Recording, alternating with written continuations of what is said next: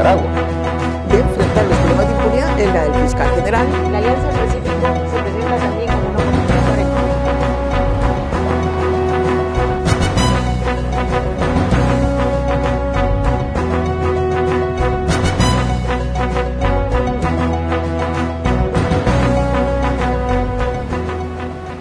Un gusto volver a estar con ustedes en el espacio Fernando Aguayo América. Cordiales saludos a quienes nos ven a través de la señal de Vito TV en el Ecuador, por OnePlus TV en el Ecuador y en el mundo, y también por YouTube.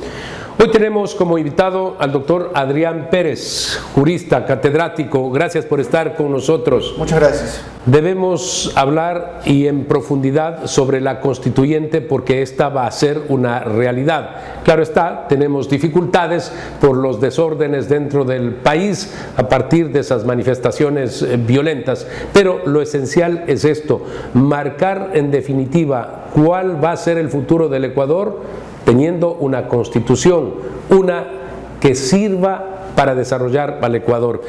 Doctor, primero, las personas que vayan a la constituyente, ¿podemos hacer que estén los que saben en todos los ámbitos, juristas por supuesto, y luego profesionales de otras materias?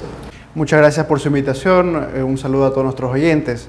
Efectivamente, en este caso, a diferencia de lo que ocurre, por ejemplo, con los asambleístas y otras dignidades políticas, sí se puede colocar ciertos requisitos para la Constitución. O sea, de hecho, el propio artículo, si no estoy equivocado, el 444, establece de que se van a establecer los mecanismos electorales para elegir a la constituyente. Entonces, en este caso, sí es posible, sí es factible colocar ciertos requisitos mucho más exigentes para ser un asambleísta constitucional que para ser, por ejemplo, un asambleísta en la Asamblea Nacional hoy en día. Y eso es algo que debería ser definitivamente implementado. Si esto va a ser una nueva constitución, es necesario, es vital que las personas que configuren este órgano sean realmente de lo más preparadas posibles. ¿No es verdad entonces que los requisitos tienen que ser exactamente los mismos que para ser asambleísta? Como se ha venido diciendo. A mi criterio eso no es así. Entonces hay que aprovechar todo esto y hacer que en esta ocasión los ecuatorianos seamos serios, los partidos políticos, los ciudadanos, aquellos que pueden participar, no aquellos que no saben a qué van a ir a una constituyente y que de pronto por estar en la política dicen sí. Esto realmente es incluso más que hacer política. O sea, la Constitución es realmente la base del Estado, ¿no? Entonces, un asambleísta puede legislar, hace leyes, o sea, representa la voluntad popular en ese sentido, pero ya formar una Constitución es cambiar completamente el marco institucional del Estado. Es una labor que es mucho más delicada y sobre todo mucho más técnica que la de simplemente ser un legislador.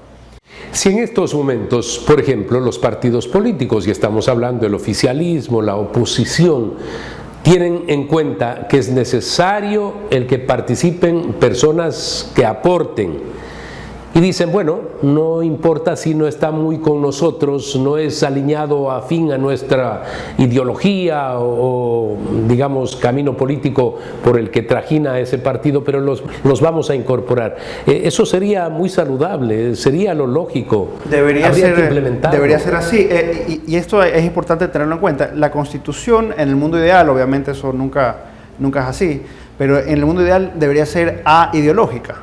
Porque la Constitución lo que marca es las reglas del juego, o sea, lo que marca las reglas institucionales del Estado. Dentro de las cuales, luego más adelante, si uno tiene una ideología de derecha, izquierda o de lo que sea, uno puede jugar y tratar de mover la balanza a su favor mediante leyes. Pero la Constitución como tal debería ser en lo más posible, obviamente eso es imposible que sea 100% así, debe ser en lo más posible libre de una ideología. Uno de los grandes problemas que tiene la Constitución de hoy en día es que lamentablemente sí tiene un fuerte sesgo ideológico producto del ambiente en el que fue redactada. Y ahora que los vientos ideológicos han cambiado, a veces uno se topa con que es imposible implementar cambios porque la cancha está inclinada. O sea, porque la propia Constitución, que en principio no debería favorecer a ninguna tendencia ideológica, está fuertemente inclinada hacia una de ellas, ¿no? Entonces, cuando viene alguien que propone algo distinto, se topa con que es imposible promulgar una ley porque viola la propia Constitución. Esa polarización puede dificultar estas buenas intenciones. Así es, pero es importante que no irnos tampoco al otro extremo, ¿no? O sea, la Constitución que salga tiene que ser una Constitución que sea lo más sencilla posible. De hecho, ese también es otro de los problemas que tenemos con la Constitución de ahora. Tenemos una Constitución de 444 artículos. Es una de las constituciones más largas del mundo. No sé si es la primera o la segunda, creo que quizás la de India sea un poco más larga. Ahorita, en este momento, no lo recuerdo bien. Pero en cualquier caso, es una Constitución absurdamente larga. Las constituciones idealmente deberían ser realmente documentos cortos, escuetos, donde se enumeran ciertos principios fundamentales del Estado, ¿no? Y esos principios luego son los que se desarrollan a través de leyes. Y esas leyes serán dictadas por la ideología de turno. Si en ese momento el Ecuador quiere una tendencia de derecha, entonces las leyes serán reflejantes de esa tesis. Si luego quiere irse a otro lado, pues será así. Entonces, no es lógico que una constitución vaya a tanta profundidad como la que va la nuestra. Debemos tener algo más sencillo, algo que sea más flexible. Hablando de un país con 17 millones de ciudadanos frente a uno, por el ejemplo que pone el doctor, que tiene 1.400 millones de habitantes como es la India, ¿no? Así es. Entonces, seamos mucho más prácticos y lógicos en el país. Luego de definir cuántos artículos debe tener esta Constitución y saber también que deben estar los mejores formando parte de la constituyente. Vienen temas ya fundamentales, esenciales. Por ejemplo, se dice en el Ecuador, en el ámbito legislativo, podrían haber 2 cámaras. ¿Se debe discutir todo esto o seguir como el sistema actual? Bueno, en mi opinión yo creo que sí nos favorecería tener un sistema bicameral. Esto es discutible, pero en mi opinión, tener una Cámara alta, donde uno tiene senadores, vendrían a ser, ya serían legisladores con más experiencia, con más edad, quizás ahí sí se colocan más requisitos para acceder a ese puesto. Sí ayuda. Como ocurre en todos los países donde hay efectivamente, ¿no? O sea, podemos hablar de Estados Unidos, hay la Cámara de los Representantes y el Senado, ¿no? Entonces, es un mecanismo que ayudaría, por ejemplo, a resolver, o sea, en un país que tiene tantas polarizaciones ideológicas, que estamos tan fracturados, tener una segunda cámara donde haya una representación más territorial podría ser una forma de tratar de resolver ese tipo de conflictos de una manera más eficiente, más civilizada, ¿no? Entonces, yo sí sería partidario de tener aquí un sistema bicameral en Ecuador. En el tema de la Corte Constitucional, que se dice en la actualidad con esta Constitución, es la Corte de Cortes y no puede siquiera ser observada por otro organismo, ¿qué debe suceder? A ver, aquí lo que voy a decir quizás no sea tan popular, pero yo le invito a una reflexión. En un Estado de Derecho, por definición, el que va a tener la última palabra siempre va a ser un juez. O sea, va a ser quizás un juez de la Corte Constitucional o de la Corte Suprema, de la Corte Nacional de Justicia, como sea que uno se llame. O si uno va a Estados Unidos, por ejemplo, el que tiene la última palabra es la Corte Suprema de Justicia, ¿no? Entonces, esta idea de que los jueces son tiranos y que tenemos que de alguna manera colocarles un control a los jueces, lo que uno está ahí es una idea muy peligrosa. Porque al final del día, si es que uno le coloca algo por encima a los jueces, el que va a tener la última palabra es ese algo. ¿Y quién va a ser? ¿Va a ser el Congreso, la Asamblea, el presidente? O sea, entonces hay que tener mucho cuidado con eso, ¿no? Yo no he compartido muchas de las decisiones que ha tomado la Corte Constitucional. Sin embargo, yo como profesional del derecho, lo que sí puedo decir es de que de todo el país, esta es la única corte de lo que yo puedo decir que sí son honestos. O sea, ha habido escándalos de corrupción terribles en la Corte Nacional de Justicia, ni hablar en las Cortes Provinciales y en las Cortes de Primera Instancia. La Corte Constitucional quizás peca por ideológica. En ese ámbito no han dado que hablar. Pero en esto hay que ser absolutamente claros y conscientes y decirlo, porque más allá también de aquellos que están absolutamente en contra de la Corte por sus fallos y decisiones, no se puede mencionar sobre actos de corrupción. Efectivamente, y eso la verdad es que en nuestro país es una especie de anomalía, ¿no? Entonces, en este hipotético mundo futuro donde hay una nueva constitución, yo no estaría disgustado con que haya una Corte Constitucional similar a la que tenemos ahora, ¿no? Esto significa que nadie tenga control sobre ella. Es que al final del día regresamos a este problema del huevo y la gallina, que es ¿no? un juez el que tiene que finalmente ¿quién va a estar decidir por encima de la Corte? ¿El presidente? ¿El Congreso? O sea, ¿quién va a estar por encima? Entonces, al final del día, en un Estado de Derecho, donde lo que prima es la ley, el que va a tener la última palabra es el que interpreta la ley. Y eso va a ser necesariamente un juez. sobre el Consejo de la Judicatura. ¿Cuál debe ser el futuro de ese organismo? Que no existía antes. El Consejo de la Judicatura, bien o mal... Por el 96 o 97 creo que empezó el Consejo de la Judicatura. En este momento usted me coge, no les haré exactamente cuándo fue, pero efectivamente no es que siempre lo hemos tenido y hoy en día lamentablemente se ha convertido en un foco para la corrupción, ¿no? Y hay que afrontar las realidades del país tales como son. O sea, estamos en una situación donde tenemos elementos, yo diría, foráneos que tratan de apropiarse del Estado. Estoy hablando aquí del narcotráfico, ¿no? Y una de las facilidades que ha tenido estas bandas de narcotraficantes en apropiarse de las instituciones del Estado es precisamente por lo débil que ha sido nuestra función judicial, ¿no? Y aquí mucho ha tenido que ver la falta de solidez que ha tenido el Consejo de la Judicatura en mantener orden a la función judicial. No tengo yo... ¿Debe desaparecer o seguir? Yo creería que debería desaparecer. Sobre el Consejo de Participación, definitivamente desaparecer. Sí, el Consejo de Participación fue un experimento interesante, la idea de tratar de blindar un organismo para que no sea completamente apolítico y de que ellos sean los que se encarguen de designar a las autoridades técnicas, ¿no? La superintendencia de bancos, etcétera. Pero en la práctica no es apolítico, es todo lo contrario. Se ha convertido en una especie de botín político en que, y de una manera, digámoslo, oculta, se trata de politizar puestos que no deberían ser políticos. Entonces, si son así las cosas, quizás lo lógico es regresar a un sistema anterior que es abiertamente político, pero es transparentemente político. Entonces, ya no tendríamos esta situación donde tenemos un organismo para la designación especialmente que de pinta ser apolítico, pero en realidad está completamente tomado por un partido. Doctor, muchas gracias por haber estado con nosotros. Gracias. Tenemos que hacer una pausa comercial, retornamos. ¡Wow! ¡Qué grandes están tus hijos! Uy, ¿y la empresa cómo va? Gracias. Bueno, ahí vamos. Tratando de crecer. Estamos intentando abrir oficinas en otras 2 regiones.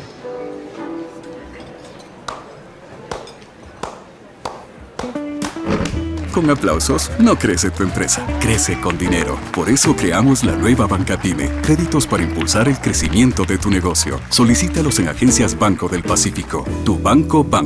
¿Puedo pagarte con aplausos? No. Sabemos el cariño que le tienes a tu herramienta de trabajo, pero a veces es momento de soltar por algo mejor. Por eso el Gobierno Nacional busca modernizar el transporte y ofrecer alternativas económicas para los transportistas con su programa Nuevo Transporte. Ofrecemos bonos de chatarrización de hasta $23,000 para vehículos antiguos y contaminantes a diésel, además de un crédito preferencial con tasa del 9% en Ban Ecuador para un nuevo o seminuevo de hasta 5 años. Ingresa a registro.mtop.gov.es, regístrate para solicitar tu financiamiento y verifica si eres acreedor al bono. Esto es el Nuevo Ecuador. Autorización número 3068, CNE, Referéndum y Consulta Popular 2025. Clínica de Ojos Dr. José Sacoto. Estamos comprometidos contigo. Con más de 40 años de experiencia en salud visual, nuestra credibilidad se refleja en la satisfacción de los pacientes. Un presente creado para ti, con profesionalismo, tecnología e innovación. Los ojos son la ventana de la vida. Cuídalos. No más cobros indebidos. El Gobierno Nacional eliminó la tasa de recolección de basura de tu factura de luz para que te salga más barata. Revisa tu planilla y si aún te cobran, denuncia. Recuerda, las tasas de recolección de basura ya lo cubres con tus impuestos municipales. El Nuevo Ecuador cumple. Autorización número 3184, CNE, Referéndum y Consulta Popular 2025. Verde Fruit, el camino para acercar los productos de América Latina a los Estados Unidos.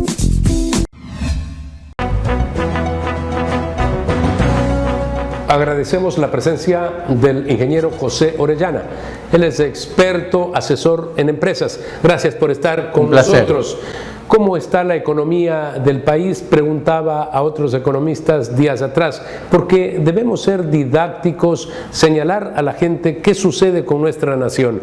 Como estamos siempre llenos de dificultades y problemas, como que nos olvidamos qué está pasando con lo esencial y fundamental como es la economía. Sí, bueno, saludo a todo el público que nos ve alrededor del mundo, gracias por la invitación. La economía debería cerrar el año alrededor del 4%, quizás un poco más. Sin embargo, hay que tomar en cuenta que hay una sensación que no es tan positiva, aunque la economía está creciendo al 4%, en parte porque hay un rezago. En el año pasado caímos 2%, este año 4%, serían 2% de crecimiento para 2 años, que es menor a la tasa de crecimiento de la población, que es 1,5%, entonces sería como 1,1 cada año.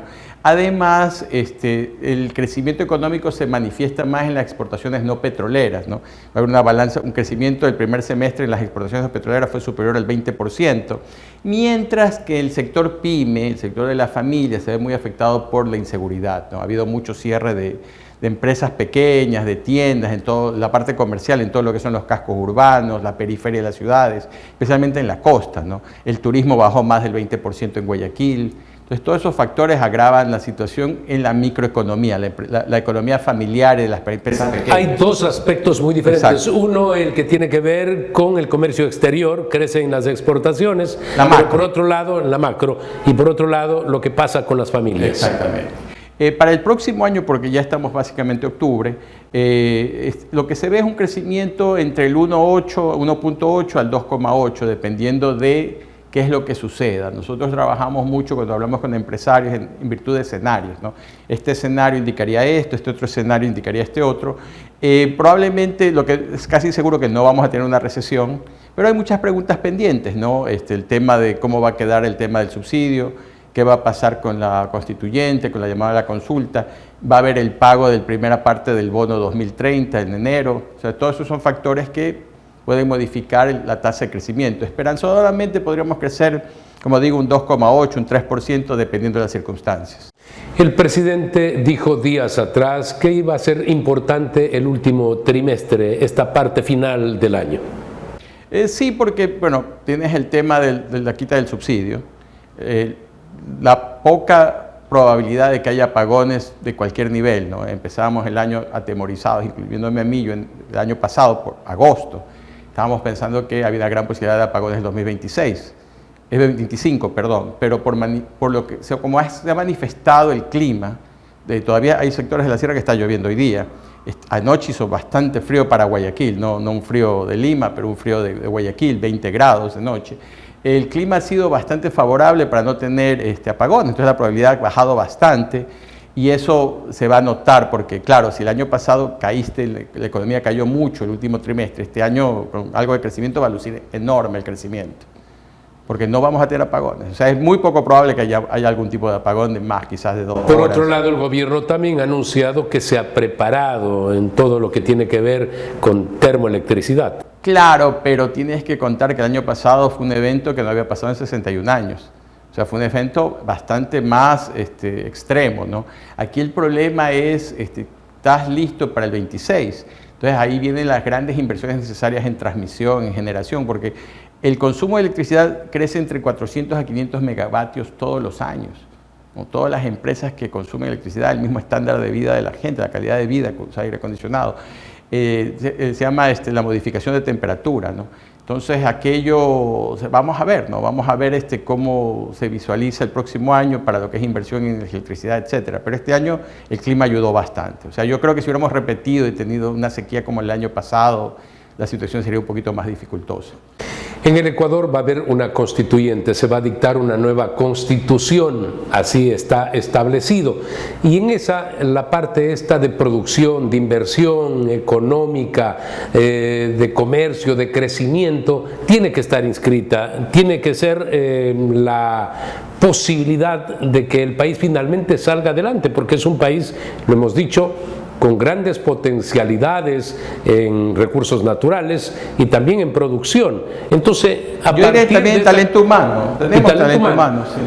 Es a partir de esta constitución que podemos empezar a trajinar por un camino diferente. Escuchaba al abogado Adrián Pérez hablar del tema y aquí, a ver, hagamos un comparativo entre países. Perú tiene 3 leyes en su constitución que hace una diferencia enorme en lo que es la inversión extranjera directa, el tema económico. Ellos han logrado separar lo político de lo económico. Entonces, por ejemplo, el gerente general, el presidente del Banco Central de Perú tiene casi 2 décadas en funciones. Perú tiene 80.000 millones de dólares en reservas internacionales. Caso un poco distinto al de Ecuador porque ellos son reservas internacionales, porque tienen su propia moneda, ¿no? Pero el sol peruano es una moneda muy estable.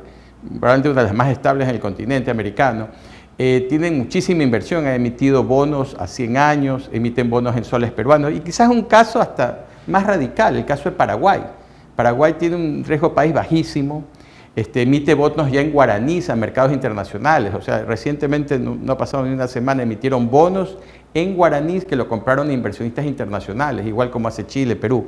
Entonces yo creo que aquí va a haber, dependiendo de lo que suceda en noviembre, si se hace el pago en enero del primer tramo de los bonos globales 2030, probablemente el riesgo país baje a niveles por debajo de 600 puntos y ya nos acercamos al número mágico de 500 puntos básicos o menos, que ya sería más factible emitir. La ministra de Finanzas estuvo en Nueva York la semana pasada y en Washington, una presentación que hicieron al Citigroup y otra presentación al Banco Mundial, en que hablaron mucho de una emisión de un bono para finales del año con garantía del Banco Interamericano de Desarrollo, más con el Banco Mundial, estaban negociando aquello, con fines sociales, ¿no? Levantar dineros para específicamente el tema, si la memoria no me traiciona cuando lo escuché, del déficit alimentario de los menores de 5 años, que es una situación bastante fea en Ecuador, que casi 20% de la población de los niños menores de 5, porque si tú ves el desarrollo cognitivo de esas criaturas se ve afectado. Estamos hablando de la desnutrición infantil. Desnutrición infantil, exactamente. Que es grave, aguda en el Ecuador. Sí. Y por ejemplo, comparado con el Perú. Por Guatemala. Haití, Guatemala, Guatemala está por debajo nuestro. Nosotros nos acercamos a Haití. Y es vergonzoso para un país como Ecuador, que esto ha sido un problema de toda la vida. Que tiene que ser atacado con programas importantes. Vamos a hacer una pausa, retornamos. ¡Wow! ¡Qué grandes están tus hijos! Uy, ¿y la empresa cómo va? Gracias. Bueno, ahí vamos. Tratando de crecer. Estamos intentando abrir oficinas en otras 2 regiones.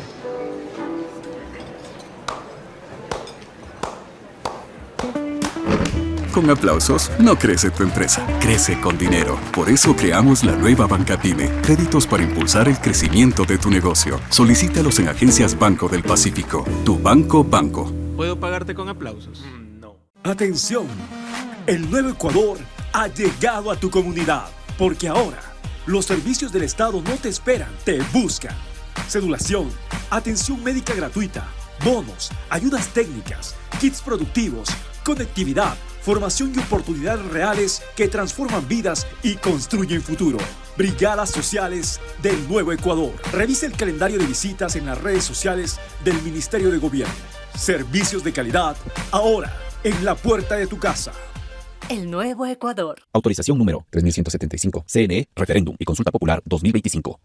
Clínica de Ojos Dr. José Sacoto. Estamos comprometidos contigo. Con más de 40 años de experiencia en salud visual, nuestra credibilidad se refleja en la satisfacción de los pacientes. Un presente creado para ti, con profesionalismo, tecnología e innovación. Los ojos son la ventana de la vida. Cuídalos. Verde Fruit, el camino para acercar los productos de América Latina a los Estados Unidos.